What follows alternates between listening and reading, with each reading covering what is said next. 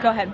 Yes. Thank you, Caroline. Thank you. In addition to the ballroom and the rose garden I'm going patio, into the back. Sorry. Go ahead. in addition to the ballroom and the rose garden patio, is the president looking at any other renovations or significant kind of projects here at the White House? Not to my knowledge, no. But he's a builder at heart, clearly, and so his heart and his mind is always churning about how to improve things here on the White House grounds. But at this moment in time, of course, the ballroom is really the president's main priority.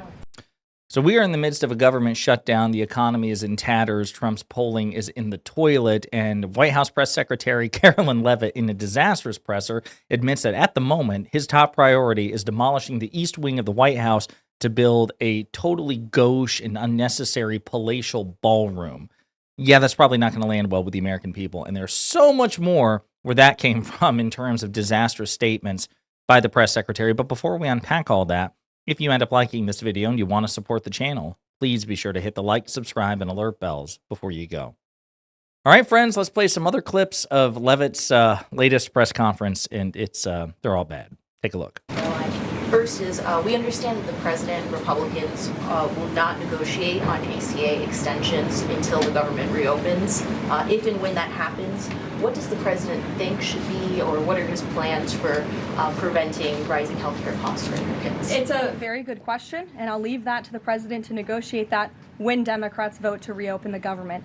When it comes to lowering healthcare costs, the president is deeply committed to this. It's why he has spent so much time and effort negotiating with Big Pharma to lower the healthcare costs of prescription drugs.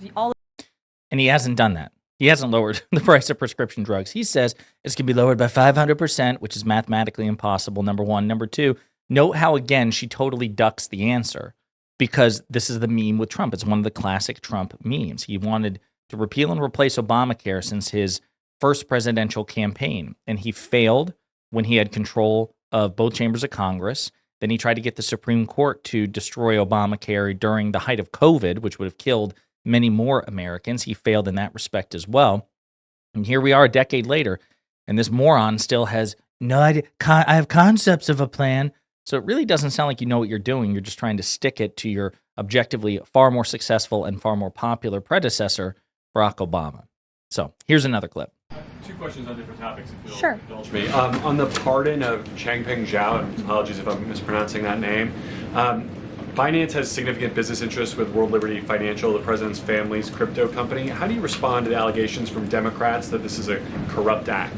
I would respond and say the president is exercising his constitutional authority to grant clemency requests. And the president and the White House have a very thorough examination of every pardon request that comes to the president's desk. It is thoroughly reviewed by the White House Counsel Office, and I spoke with our great White House counsel about the pardon after it happened. This was an overly prosecuted case by the Biden administration. Even the judge in the case admitted that the Biden administration was pursuing a egregious over-sentencing of this individual, and the previous administration was very hostile to the cryptocurrency industry. So the president wants to correct this overreach of the Biden administration's misjustice, and he exercised his constitutional authority to do so. And to the Democrats, I would just say there's nothing more corrupt than what President Biden did on his way out the door, pardoning his extremely corrupt son and many of his associates. So a couple of things. The question isn't, does Trump have or lack the authority to pardon Changpeng Zhao, which we discussed, by the way, in a previous video, one of the most flagrantly corrupt pardons of the second Trump administration, which is saying something. Nobody's denying that he has the authority. So when they say, okay, well, isn't this corrupt? When she says, well, he has the authority to do it. Yeah, no shit, that's a non-answer. Unless you're tacitly admitting it is corrupt, he can do it and screw you. Because then she goes on to say what Biden did was corrupt. Well, Biden had the same constitutional pardon power that Trump has. So you have no grounds by your own logic to complain about President Biden's pardoning of Hunter Biden or James Biden or anybody else, right? This is the problem. Again, these MAGA snowflakes can't even be internally consistent in their own defense.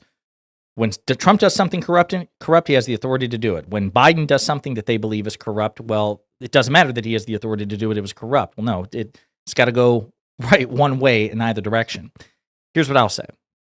You could easily make the argument that what President Biden did was on some level corrupt, pardoning his son. On the other hand, it'd also be easy to point out that Hunter Biden was maliciously targeted by the Trump administration She says, well, Changpeng Zhao was maliciously targeted by the Trump administration. Even the judge acknowledged that. No, because Changpeng Zhao was convicted. The judge didn't say, oh my God, this is a malicious prosecution, get rid of this. No, perhaps the Biden administration wanted a higher sentence than the judge wanted. But the facts of the matter and the facts of Zhao's guilt are objective. He pled guilty and was convicted. So he's objectively guilty. He admitted it, and he was found guilty in a court of law. This idea that he was some sort of innocent victim is bullshit. And that's what Karoline Leavitt wants you to believe.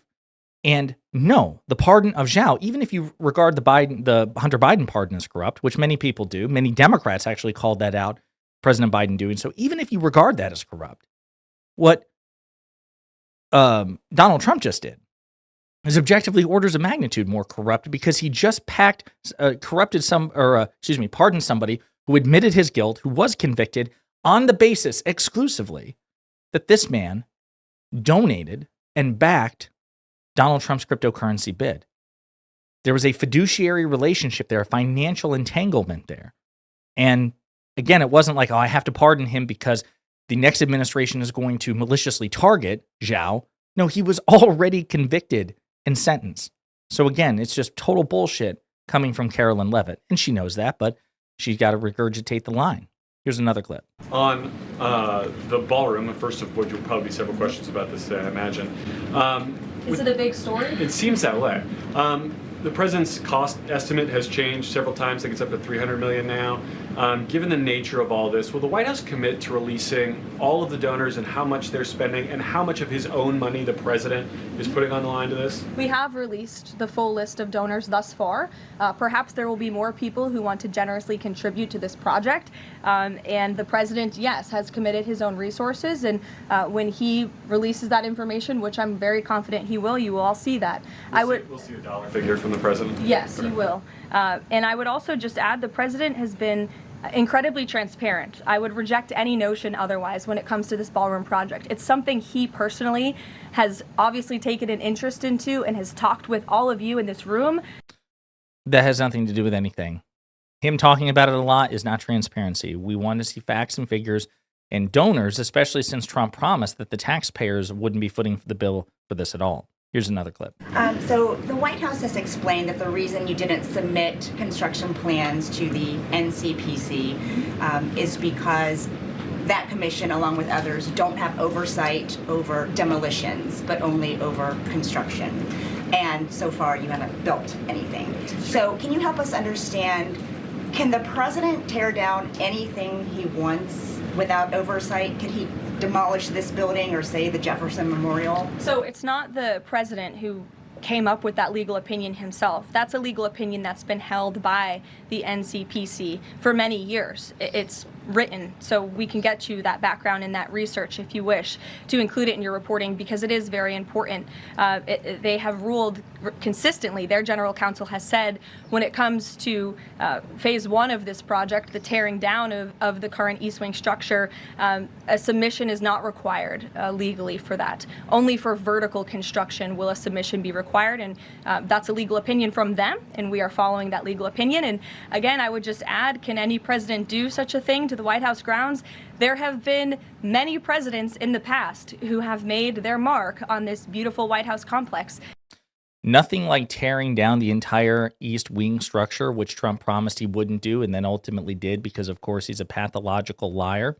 I will also point out, too, that in the major reconstruction or major construction efforts, there was congressional approval, which Trump does not have here. So, major differences. But let's continue. And you mentioned any construction project comes with changes. The president had initially said that this project wouldn't interfere with or touch the current structure. Now he says to do this properly, he realized that the East Wing had to be demolished. This is the people's house. Why not inform the public of that change and when it was decided that the East Wing would have to be demolished? Look, again, with any construction project, changes come, and we have informed all of you. We've been keeping you apprised of this project. We've shown you the renderings, and if you look at the renderings, it's very clear the East Wing was going to be modernized. Instead, in fact, I said that. We have to. I'm going to modernize your house. I got to bulldoze it first, but I'm going to modernize it with a bulldozer. It's just Nobody, yes, we understood that there would be some sort of modification to the East Wing, but you literally demolished the entire fucking thing, which you said you wouldn't do. That's the point. That's what people are pointing out here. Just, well, we're modernizing it. I remember a friend of mine modernized his car once by driving it right into a tree by accident. He rode right off and just wrapped it around a tree. He modernized his vehicle at the time, and thank God he survived the modernization of his vehicle. I told him, I said, you should modernize your car in a much safer way. That was an unsafe modernization of your car when you wrapped it around a tree. That's really dumb, even by Leavitt standards. Let's continue. How will the Trump administration support those farmers? Look, the president hears those concerns. He addressed them yesterday himself. President loves our ranchers, and our ranchers love our president. And in fact, the president did a lot for them in his first term here. They are struggling because of the many horrible policies of the previous administration. The president loves our ranchers, and he also loves American consumers, and he wants to do right by both. So the immediate solution to the problem of the rising cost of beef, the president wants to bring that down, is we have to increase our supply. And so that's what he's doing with respect to these imports. Well, it's not exactly America first. He's getting a significant pushback, to the extent that Trump gets any pushback whatsoever, from his own Republican lawmakers, Marjorie Taylor Greene, John Thune, the Senate Republican leader. Out of office, you have Tomi Lahren, MAGA Fox News contributor and podcaster. She's complaining about this. And yeah, American farmers are screwed by Trump, as they were during his first term. So not good. Not good. They shouldn't have voted for him, but it's still objectively not good.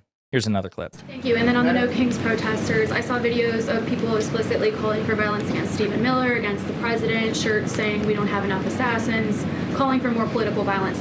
Does the president want to see arrests here, and are we going to see arrests of these types of explicit calls to violence? I would think myself, the president, and everyone here at the White House certainly hopes that anyone who is making violent and illegal threats in that way against public officials will be arrested and prosecuted.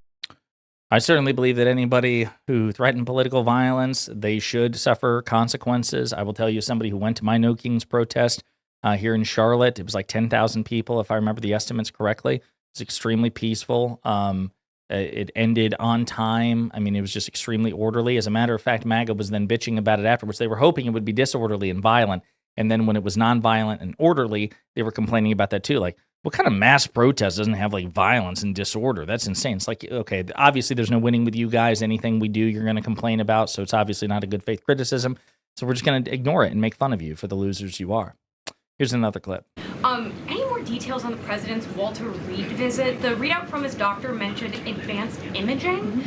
What procedure was he referring to? Advanced imaging is something that presidents receive and people receive when they go to the doctor, and so we provide a detailed readout of that physical, and I would encourage you back to that. Presidents and I don't know the exact imaging that took place, but as the physician's note said, the president is in incredibly good shape, and I think that's evidenced here every single day. It's not. It's not. He's overweight. He has a terrible diet. He has bruises everywhere, swollen ankles, physically and mentally in decline. And by the way, to the extent to which, well, his doctors say so, therefore we have to trust it. That's what President Biden's physician said about him, and you all didn't believe that. So not sure why the standard doesn't work the same way for Trump, unless, of course, you're a hypocritical loser, which you are, so that explains it. One more clip. I'm afraid. I just wanted to ask, because in July, the White House said that it would cost $200 million. Yesterday, the president said $300 million. Is $300 million now the operative figure, and why did it go up by so much? $300 million is the figure, and again, it's not going to cost the taxpayers a dime. So we look forward to this project continuing, and we will continue to keep everyone apprised on it. Perhaps the president will even bring you all out to see it one day at the appropriate time. You're also afraid. Maybe. Who knows? Again, he says taxpayers won't be footing the bill for that, but we have no reason to believe that that's the case. Trump lies all the time, particularly about finances. It's one of his specialties, so we'll see what happens. But yeah, another disastrous press briefing for Karoline Leavitt as she revealed that during this government shutdown and failing economy, Trump's priority is the ballroom and nothing else. And just saying, well, you know, he has the right to engage in corrupt pardons of crypto donors and backers, so just go screw yourself.